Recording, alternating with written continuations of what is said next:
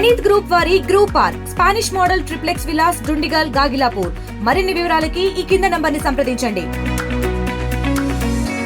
రేపటి రోజున కర్నూలు జిల్లా పర్యటనకి చంద్రబాబు రానున్నారు. ఈ నేపథ్యంలో అధికార యంత్రాంగం అప్రమత్తమైంది. అన్ని స్థాయిలో కూడా అధికారులు ఏర్పాటు చేసేందుకు సిద్ధంగా ఉన్నటువంటి పరిస్థితి అయితే తాజాగా కనిపిస్తుంది. మనం చూస్తున్నాం కర్నూలు నగరంలోని ప్రధానంగా చెక్పోస్టు ఏరియాలో ఉన్నటువంటి ఒక మైదానంలో రేపు జరగబోయేటువంటి చంద్రబాబు సభకి ఏర్పాట్లు చేస్తున్నారు. పెద్ద ఎత్తున పోలీసులు, అదేవిధంగా అధికార పార్టీకి సంబంధించినటువంటి ఎమ్మెల్యేలు, మంత్రులు అందరూ కూడా ఏర్పాట్లను పర్యవేక్షిస్తున్నటువంటి పరిస్థితి అయితే తాజాగా కనిపిస్తుంది.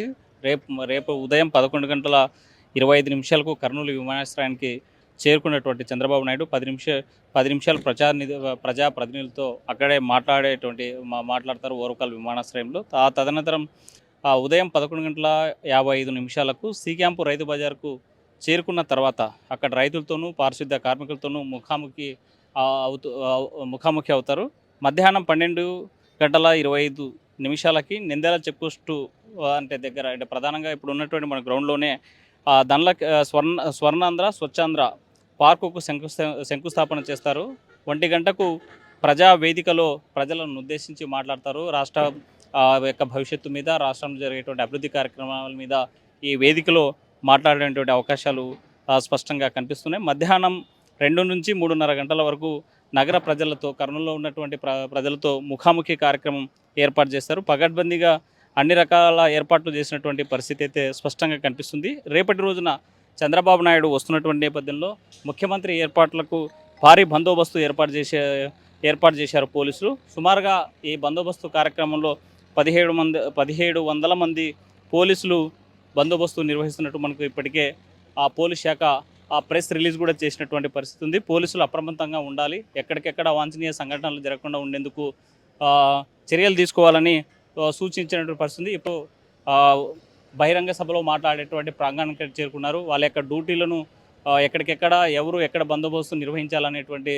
దానిపైన కూడా చర్చిస్తున్నట్టు మనకు స్పష్టంగా విజువల్స్లో కూడా కనిపిస్తున్నటువంటి పరిస్థితి ఉంది. ఈ బందోబస్తులో అడిషనల్ ఎస్పీలు 4, 11 మంది డిఎస్పీలు, 53 మంది సిఏలు, 101 మంది ఏఎస్ఐలు, 383 మంది ఏఎస్ఐలు, హెడ్ కానిస్టేబుల్స్ 680 మంది కానిస్టేబుళ్ళు, 51 మంది మహిళా పోలీసులు, 416 మంది హోంగార్డులు, 5 సెక్షన్ల ఏఆర్ సిబ్బంది, 6 స్పెషల్ పార్టీ బృందాలు బందోబస్తుకు విధులు కేటాయించినట్లు పోలీస్ అధికార యంత్రాంగం ప్రకటించినటువంటి పరిస్థితి ఉంది.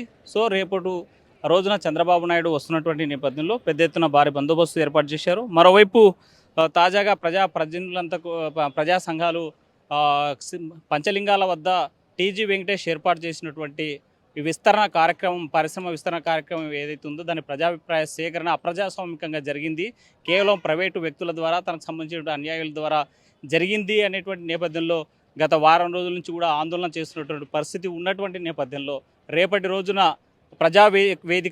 ప్రజావేదికలో చంద్రబాబు మాట్లాడేటువంటి సమయంలో తాను రిప్రజెంటేషన్ ఇవ్వేందుకు కూడా ప్రజా సంఘాలు సిద్ధమవుతున్నటువంటి పరిస్థితి.